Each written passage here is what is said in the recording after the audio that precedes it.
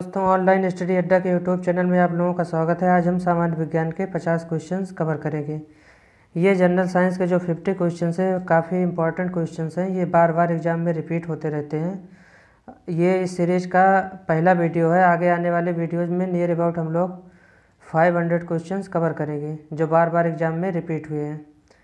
अगर अभी तक आपने ऑनलाइन स्टडी अड्डा चैनल को सब्सक्राइब नहीं किया है तो सब्सक्राइब कर लें ताकि आने वाली वीडियो के नोटिफिकेशन आपको आसानी से मिलती रहे। तो चलिए देखते हैं इसका पहला क्वेश्चन क्या है। पहला क्वेश्चन कह रहा है हास्य गैस किस गैस को कहा जाता है। पूछ रहा है हंसाने वाली गैस कौन सी है या लाफिंग गैस किसे कहते हैं। लाफिंग गैस हम लोग नाइट्रस ऑक्साइड को कहते हैं। इसका फार्मूला होता है N2O, नाइट्रस ऑक्साइड। अगला पॉइंट है पॉइंट नंबर 2। पॉइंट नंबर 2 कह रहा है हाइग्रोमीटर से किसका मापन किया जाता है। तो हाइग्रोमीटर से वायुमंडल की आर्द्रता का मापन किया जाता है। अगला है पॉइंट नंबर 3। उगते व डूबते समय सूर्य लाल प्रतीत होता है। उगते या डूबते समय सूर्य लाल प्रतीत होता है क्योंकि, तो इसका रीज़न क्या है। तो इसका रीज़न यह है लाल रंग का प्रकीर्णन सबसे कम होता है जिसकी वजह से सूरज उगते या डूबते समय लाल प्रतीत होता है। अगला पॉइंट नंबर 4। जिलेटिन का ब्लूम ताकत सामान्यतः कितनी होती है। तो जिलेटिन की जो ताकत होती है ब्लूम में मेजर की जाती है। तो ये होती कितनी है। तो ये 200 से 240 के बीच होती है। तो इसको हम 200 ब्लूम या 240 ब्लूम कह सकते हैं। इसी के अंदर ही रहती है इसकी जिलेटिन की जो ताकत होती है। अगला पॉइंट नंबर 5। प्लेटलेट्स का जीवन काल कितना होता है। काफ़ी अच्छा क्वेश्चन है। प्लेटलेट्स का जीवन काल कितना होता है। तो इसका जीवन काल 7 से 10 दिन होता है। आगे बढ़ते हैं पॉइंट नंबर 6। आनुवांशिक पदार्थ की सबसे छोटी इकाई जो उत्परिवर्तन से गुजर सकती है उसे क्या कहा जाता है। तो इसको म्यूटोन कहा जाता है। यह भी काफ़ी अच्छा क्वेश्चन है। अगला पॉइंट नंबर 7। प्रत्येक क्रिया के बराबर व विपरीत दिशा में एक प्रतिक्रिया होती है या न्यूटन का कौन सा नियम है। तो ये न्यूटन का तीसरा नियम है। इसके अलावा न्यूटन ने 2 और नियम दिए थे, न्यूटन का पहला नियम और दूसरा नियम। तो न्यूटन का जो पहला नियम है वो है जड़त्व का नियम और न्यूटन का जो दूसरा नियम है वो संवेग का नियम है। चलिए आगे बढ़ते हैं पॉइंट नंबर 8। पॉइंट नंबर 8 कह रहा है कौन सा अंग एट्रोपिन की क्रिया के प्रति अति संवेदनशील होता है। पॉइंट नंबर 8 कह रहा है कौन सा अंग एट्रोपिन की क्रिया के प्रति अति संवेदनशील होता है। तो ये होती है लार ग्रंथ। अगला पॉइंट नंबर 9। केल्विन तापमापी में बर्फ का गलनांक होता है। तो ये होता है 0 डिग्री केल्विन। अगला पॉइंट नंबर 10। प्रेशर कुकर में खाना जल्दी पक जाता है क्योंकि, पूछ रहा है प्रेशर कुकर में खाना जल्दी क्यों पक जाता है। तो इसका रीज़न है प्रेशर कुकर के अंदर दाब अधिक होता है जिसकी वजह से प्रेशर कुकर में खाना जल्दी पक जाता है। अगला हमारा पॉइंट नंबर 11। मेघ गर्जन वायुमंडल की किस परत में होता है। पूछ रहा है बादलों का जो गरजना होता है वो वायुमंडल की कौन सी परत में होता है। तो ये होता है क्षोभ मंडल में। अगला है हमारा पॉइंट नंबर 12।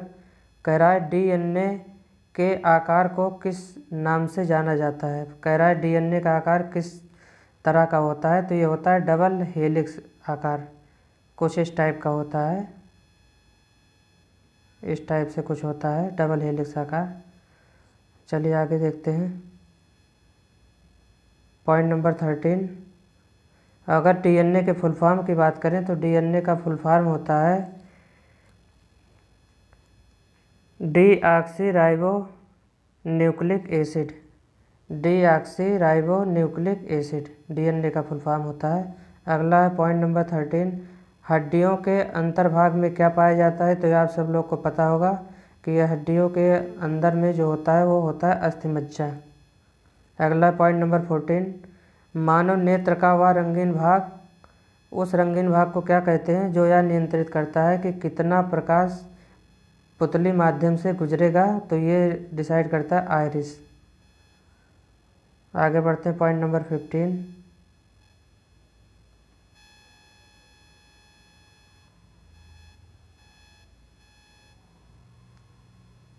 पॉइंट नंबर 15 कह रहा है ड्यूटेरियम जो है किसका ऑक्साइड है। पूछ रहा है ड्यूटेरियम जो है किसका ऑक्साइड है।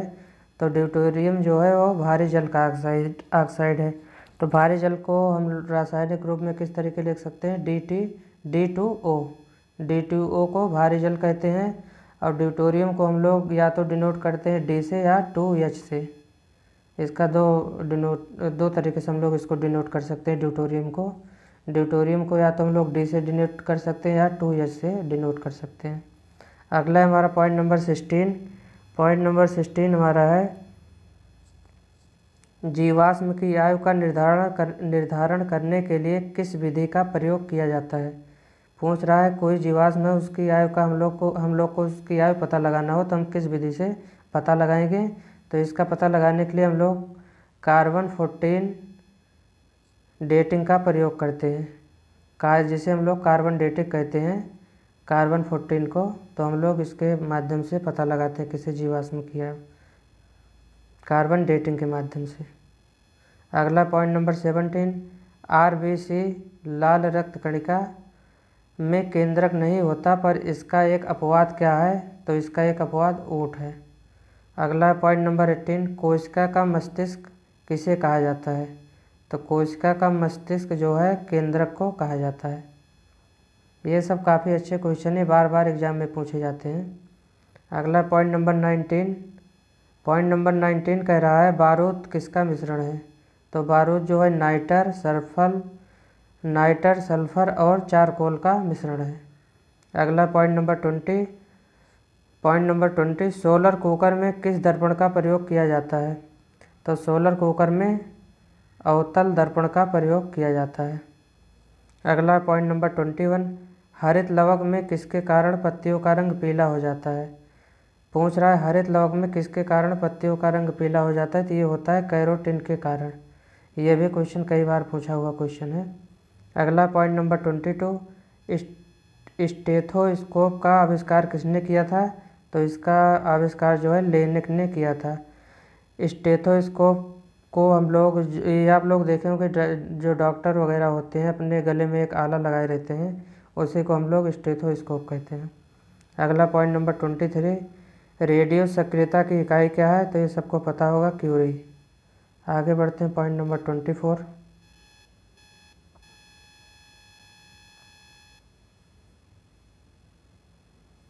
पॉइंट नंबर 24 कह रहा है कच्चे फलों को कृत्रिम रूप से पकाने के लिए किस गैस का प्रयोग किया जाता है। पूछ रहा है कच्चे फलों को कृत्रिम रूप से पकाने के लिए किस गैस का प्रयोग किया जाता है। तो एसिटिलीन का प्रयोग किया जाता है। इसका रासायनिक फार्मूले की बात करें तो ये होता है C2H2। अगला है हमारा 25, सिरके का मुख्य घटक क्या है। तो सिरके का मुख्य घटक है एसिटिक एसिड। इसका अगर रासायनिक नाम की बात करें हम लोग तो ये होता है CH3COOH, एसिटिक एसिड। अगला हम लोग का 26, निकट दृष्टि दोष का निवारण करने के लिए किस लेंस का उपयोग किया जाता है। तो निकट दृष्टि दोष होता क्या है, निकट दृष्टि दोष में हम लोग को नज़दीक की वस्तुएं साफ साफ दिखती हैं लेकिन दूर की वस्तुएं हम लोग को नहीं दिखती हैं।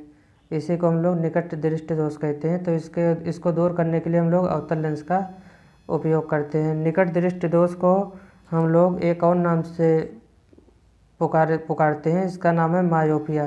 कभी कभी क्वेश्चन में मायोपिया करके पूछा जाता है, मायोपिया क्या है। तो इसी निकट दृष्टि दोष का दूसरा नाम है मायोपिया। अगला है पॉइंट एक और होता है इसमें दूर दृष्टि दोष। दूर दृष्टि दोष में क्या होता है, हम लोग दूर की वस्तुएं साफ साफ देखते हैं पर हम लोग को निकट की वस्तुएं साफ साफ नहीं दिखाई देती हैं। तो इसको दूर करने के लिए हम लोग उत्तल लेंस का प्रयोग करते हैं, दूर दृष्टि दोष को दूर करने के लिए। अगला पॉइंट नंबर 27, हेपेटाइटिस ए नामक रोग का संचरण किस माध्यम से होता है। तो हेपेटाइटिस ए नामक रोग का संचरण जो है जल के माध्यम से होता है। अगला पॉइंट नंबर 28, सिनेबार किसका अयस्क है। तो सिनेबार जो है वो पारा का अयस्क है। पारा का रासायनिक रूप होता है Hg। अगला पॉइंट नंबर 29, काली मिट्टी में कौन से खनिज अधिक मात्रा में पाए जाते हैं। अगला क्वेश्चन पूछ रहा है काली मिट्टी में कौन से खनिज जो है अधिक मात्रा में पाए जाते हैं। तो काली मिट्टी में आयरन, चूना, एल्युमिनियम और मैग्नीशियम ये सब अधिक मात्रा में पाए जाते हैं। अगला पॉइंट 30, जब कोई प्रकाश की किरण वायु से कांच में प्रवेश करती है तो क्या होता है। तो जब कोई प्रकाश की किरण वायु से कांच में प्रवेश करती है तो उसकी तरंगदैर्घ्य घट जाती है। अगला है पॉइंट नंबर 31, सबसे कम औसत घनत्व वाला ग्रह कौन सा है। पूछ रहा है सबसे कम औसत घनत्व वाला ग्रह कौन सा है। तो ये शनि ग्रह है। अगला है हमारा पॉइंट नंबर 32, उबलते जल की अपेक्षा भाप से जलने पर अधिक कष्ट होता है। ऐसा किस कारण होता है। ऐसा इसलिए होता है क्योंकि जल की गुप्त ऊष्मा अधिक होती है। आगे बढ़ते हैं पॉइंट नंबर 33,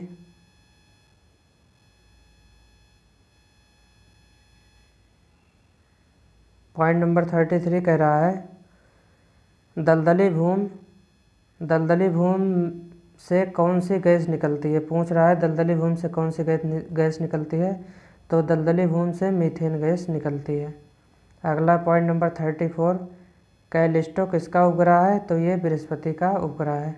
अगला पॉइंट नंबर 35, आत्महत्या की थैली और हाइड्रोलिटिक एंजाइम का भंडार किसे कहा जाता है। तो लाइसोसोम को कहा जाता है। लाइसोसोम को आत्महत्या की थैली कहा जाता है। अगला पॉइंट नंबर 36, रक्त में रक्त प्लाज्मा कितने % होता है। तो ये 55% होता है। अगला पॉइंट नंबर 37, कोशिका में पाया जाने वाला सबसे छोटा कोशिकांग कौन सा है।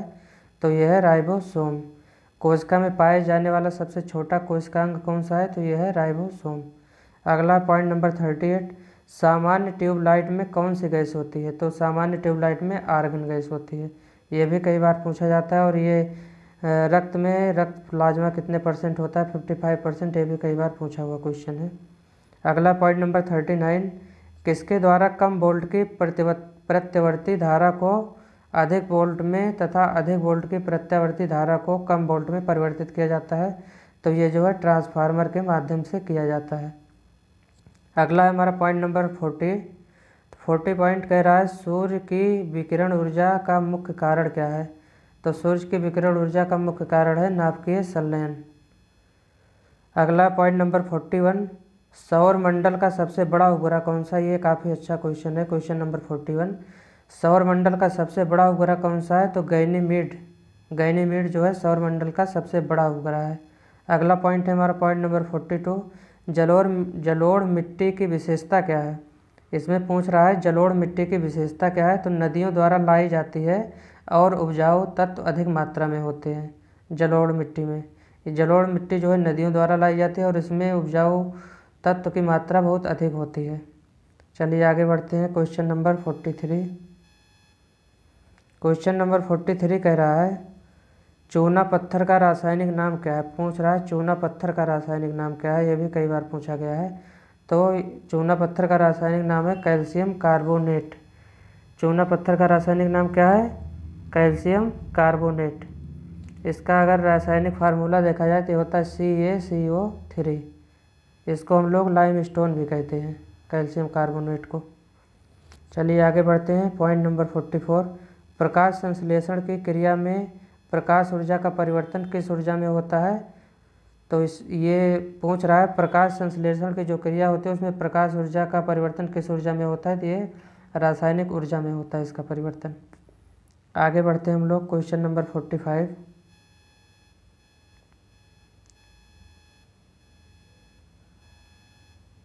क्वेश्चन नंबर 45 कह रहा है थायरॉक्सिन क्या है। पूछ रहा है थायरॉक्सिन क्या है। Question number 45। तो ये थायरॉक्सिन जो है एक हार्मोन है। अगला क्वेश्चन है क्वेश्चन नंबर 46, एक द्रव को गर्म करने पर उसके पृष्ठ तनाव में क्या परिवर्तन होता है। पूछ रहा है अगर किसी द्रव को गर्म किया जाए तो उसके पृष्ठ तनाव पर क्या फ़र्क पड़ेगा, कम होगा या बढ़ जाएगा। तो इसका पृष्ठ तनाव जो है कम हो जाएगा, घट जाएगा। अगला है हमारा पॉइंट नंबर 47, कौन सा विटामिन घाव भरने में सहायक होता है।